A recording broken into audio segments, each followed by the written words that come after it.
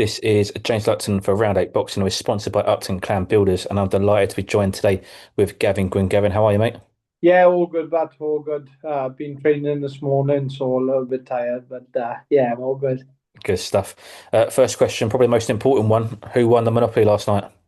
Do you know what? But we still got it out, so it's one of them. But my boy is winning. No, my boy is beating me, but he was the banker. I'm sure he was cheating, but Obviously, a big fight coming up for yourself end of November. yeah, Rematch, you and Cameron Vuong. Almost a year to the day come fight night.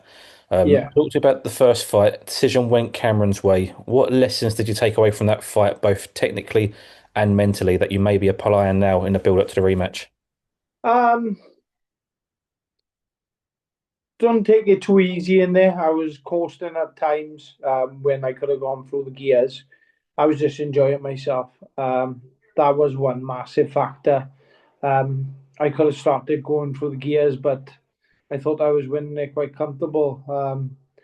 So I won't be doing that second time. I'll start going through the gears a bit more. But I just lessons I've learned is how resilient I am as a fighter because I've I've gone through losses before and come back. And this was a big one for me because losing to like a prospect who's had half the amount of fights I've had. A lot of people would have walked away from the sport, but the the fight I put up myself, I knew I had a lot more to give to the sport. So yeah, I just kept on plugging away this year and just kept my head down, being true to the game. Just having had that phone call is one of them things. But yeah, You said a lot of people could have walked away from the sport after that decision. Obviously, a frustrating one for yourself. You felt that you won it fairly comfortable. yeah. Was you close to walking away from boxing after that fight? Yeah, quite honest, I was. I thought, do you know what? I sacrificed so much of my life. People don't understand. I sacrifice mm, more so with family time and things like that. People don't really see that side of it. Like my boy was playing rugby today. Don't get to go and watch him play rugby where I don't get to see him when I'm in camp. I don't really see him that often. Don't get that father son time. I don't get that time with my wife. Even though she supports me fully, like she understands, like she's been there from the start. So she's she's one of my main supporters. Like she's one of the driving forces behind me, being the man I am today. So um, I could have quite easily walked away from her, but she was one of the main ones who said, "Look, you got a lot more to give. Just stay honest, stay training." Um, yeah, but it was just one of them. But Do you think that, well, after you've now fought each other, do you feel like maybe Cameron's got more of an advantage knowing what you bring to the table and you gave him a lot harder night than he probably expected? Or do you feel there are advantages for you as well, knowing what Cameron can bring to the table?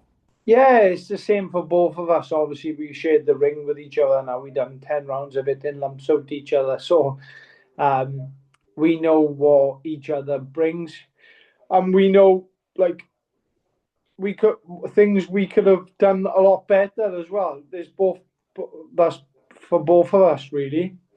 So it's going to be. I think it was a good fight the first time, so I think it's going to be even a better fight the second time. Obviously, our our styles sort of gelled as well, didn't they? So it was a great fight for the fans. I had a load of people coming up to me, even his supporters, after the fight and congratulating me on a great fight. And yeah, I just wanna put them wrongs right what I did in there as well. Even though I thought I won the fight, I did a lot of things wrong in there, which I should have really been doing, but my heart overruled my head at sometimes in there.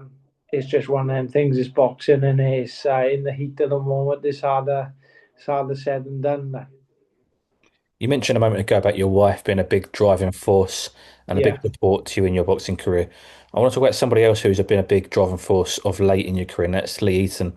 yeah, yeah, I've known Lee a long time, and I see the hard work he's put in. You know, he come from unlicensed circuits, and yeah. he's now right at the top of Queensbury matchmaking and still managing, etc. Just how big a help has Lee Eaton been for your career? Oh, massively. Like we've since soon as I started with Lee, I said I wanted the British title. He got me the British title straight away. I went on, defended it twice, and then got a contract with Queensbury. When I won the European title with Lee as well with Queensbury. Got me on the Saudi show. Um, yeah, he's been a massive support of my career as well, and yeah, massive thank you to Lee because without a good manager like that, like people like me, even though I'm a decent fighter, because I live in Wales, it's hard for me. People don't understand for these Welsh fighters now to get on the big stage. They gotta go into the backyard of some of these fighters and put on a really devastating performance. But Lee has been able to um, put me on the A side on these bills, and it's been great, really. And I wish I went with him sooner, if I was quite honest. But same scores for obviously Gary Lockett as well. He's made a massive difference to my career. Big shout out to Gary. He knows what it takes to compete at the highest level as well. He's been there himself, and he's obviously coached people to get to the highest level. So, just a massive shout out to them two guys because without them behind me, I don't think I would be where I am in my career. Like, Absolutely. What's motivating you this time round, Gavin? This rematch? Is it about re-establishing yourself? Is it about proving yourself to you or others? What is your why? And is it different from the first fight now? do you know what? Everyone asks me why do you box? Like, it's not even motivation for me. I don't even think. I just love to fight. I wouldn't like if people say they do it for free. I wouldn't do it for free. I like getting paid as well. But I just one of them things. I think is once it's in you, it's like a drug and it's so addictive. And when you get them highs, what I've had in my career, you're always chasing it. So that's my motivation really. Being in really good 50-50 fights, putting on cracking performances for the fans, entertaining the fans. I think that's what it's all about. We see a lot of Tom and Jerry boxing these days, tip tapping, don't want to get hit and running away to the other corner sort of thing. I'm more of an old school fighter. I like to get down to business, right? This shoes the hardest out of me, you know. This have a straightener. Um, but yeah, that's my motivation. I just love fighting, and I love getting the win. And like I said, them highs, I love. That's my motivation. Like the feeling you get from winning and winning new titles and being centre of attention, sort of thing. That's a massive motivation for myself. Just to play devil's advocate on that, Yeah. does retirement scare you in that aspect because you enjoy it so much? Yeah, it does, to be honest, with you. Like I don't even like thinking about it. My wife always says to me, my boy don't even want me to box. He has a go at me all the time. And he does break down. Like I've come home like from the last fight with Cameron, I had a big bruised eye, and he was crying. It's not nice on him, like to be honest, you like I'm his father at the end of the day. Like it's not nice. It's not nice seeing your father coming home or bruises on you and things like that. But it's one of them things. I'm not going to be able to go on forever. Um, so I've put things in place now. Whereas when I do retire, I'm not going to be looking for work and things like that. So that's one good thing. I've invested my money as well. I haven't been stupid and squandered money. Um, so I've set myself up for after boxing as well. And I advise any fighter to do the same because that money will soon go, and then you'll be working a 9 to 5, and yeah, and you'll be stuck in depression and things like that because people don't really talk about it in boxing, but it's a massive thing in boxing, depression, because like I said, you go from the highest of the highs and then you go to the lowest of the lows. So, um, and when you retire, you're still looking for that high sort of thing. So, yeah, I've put things in place so I'm not at a dead end when I do finally call it a day. But I think I'm a long way off calling it a day yet. Yeah, I think that's something that the fans don't really see. Obviously, to me and all the public who watch the fights, you're Gavin Gwynne, the fighter. But when you go home behind that closed door, you're a dad, you're a husband, yeah, you're family to people, and I think that's something that people don't really appreciate enough yeah. in boxing when they're watching boxing. You mentioned that you've sort of invested your money, you've got this and that in place for when you do retire. Did anyone advise you to do that? Was that off your own back? Because that's something that boxers don't really do. No, so my old gym mate, Lee Selby, he's got a lot of property in obviously Barry, where he's from. And he said, look, you can either have a brilliant year, go out 10 all days, all nice clothes and things like that, or you can go and invest your money now and just have money keep coming back into you every month sort of thing. And that's one of the main things I done it for, and to obviously look after my family, like my boy, when when he's older, he'll have a house. So I've set him up for when he finally wants to move out. I don't think my wife will let him move out, but he'll be set up, and that's a great thing that I can always say that I've had from boxing. I've been able to get my boy a house, been able to set myself up for the future, and yeah, give myself some retirement money. Yeah.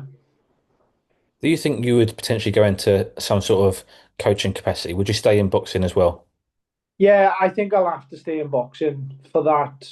Um, for that sort of like the highs you get from winning. Like I think I'd still get the highs from being a coach as well. Obviously, seeing youngsters, and I still go down my amateur boxing gym and seeing kids improve now is a heartwarming feeling.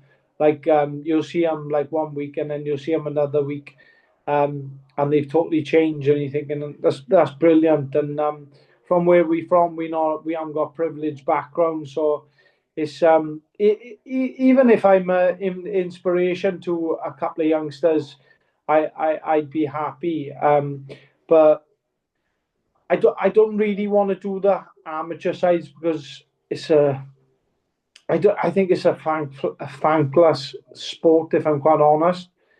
Um, you train a couple of kids for 6 7 months and then they disappear, like you don't see them.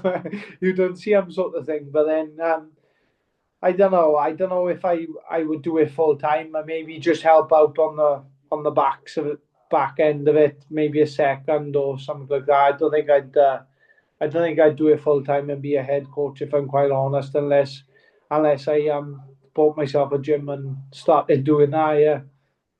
Yeah, Who knows what the future may hold? yeah, that's it. Yeah, Um, yeah, Gab, you mentioned obviously you've been British champion, been European champion, heading into yeah. this rematch now with Cameron. Do you see this as a major opportunity to get back to the top table? Yeah, 100%. And there was words of it being a title on the line as well. So I don't know what title it's going to be, but that puts me right back in contention. So that's another factor as well. Like win this, and I know it's going to be big fights after it. So it's and bigger paydays, obviously. So that's a bit of extra motivation there as well. The first fight obviously was close. It didn't go your way, but you felt it should have done. Is Yeah. there more or less pressure on you this time going into the rematch? I'd say it's the same pressure for both of us. Obviously, we both need to perform out of our skin. Because look, I know. loads of people said it was a robbery and things like that, but it was a close fight. When I watched it back, 7-3, I give it to myself. But some of the rounds you could have like argued either way. But it was a fight where you'd watch it again, and that's why we got the rematch on. So there's things we both got to do better.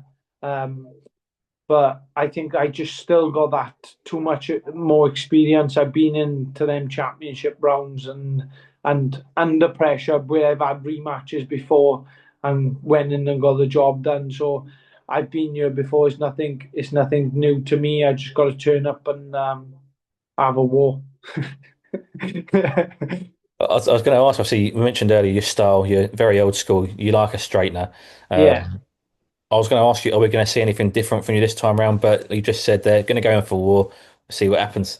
Yeah, that's it. Like Gary says to me, look, I can never train what you got because it's a lot of heart and balls and a very good chin and a very good engine. It's like he's just got to tweak things what I do. So that's what we've been doing, just working on little things and being more educated with it.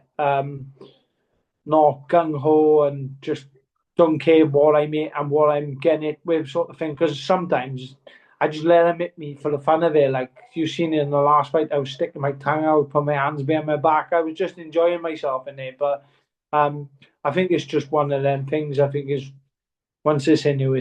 Like you're born to fight. But it's just more about being more educated, I think. And I know he's going to be a lot better than what he was in the first fight. So that's why I'm putting everything into this training camp because I desperately want to go out there and beat him. Like yeah, You mentioned there about obviously you like to get hit back, you like to, you arms behind your back, sticking your tongue out, goad him on almost. Obviously, you don't want to lose that side of you as well because that's what the fans like to see as well. But it's got to be, yeah. I suppose more educated, I suppose, in the ring whilst you're doing it. Is that what it is with you and with Gary? Is it a case of not changing you as a fighter, but just adding the little 1% daily? Yeah, 100%. Like Gary said to me, look, there's things I do well, and then there's the other things that where I don't do so well. So we'll work on the things you don't do so well, like head movement. I just think, what's the point if they're not hurting me? You just let them hit me, innit? I'm just tying myself up for nothing.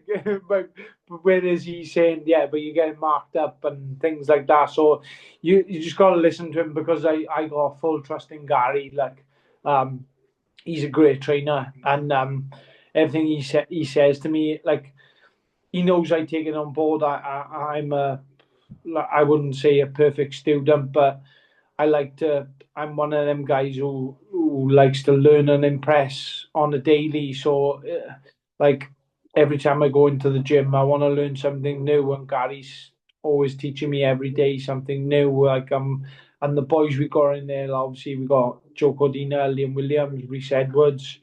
There's loads of top lads in there. So we got to try and impress each other as well, which is brilliant. Like we're all competing against each other, and we want the best for each other as well. Yeah.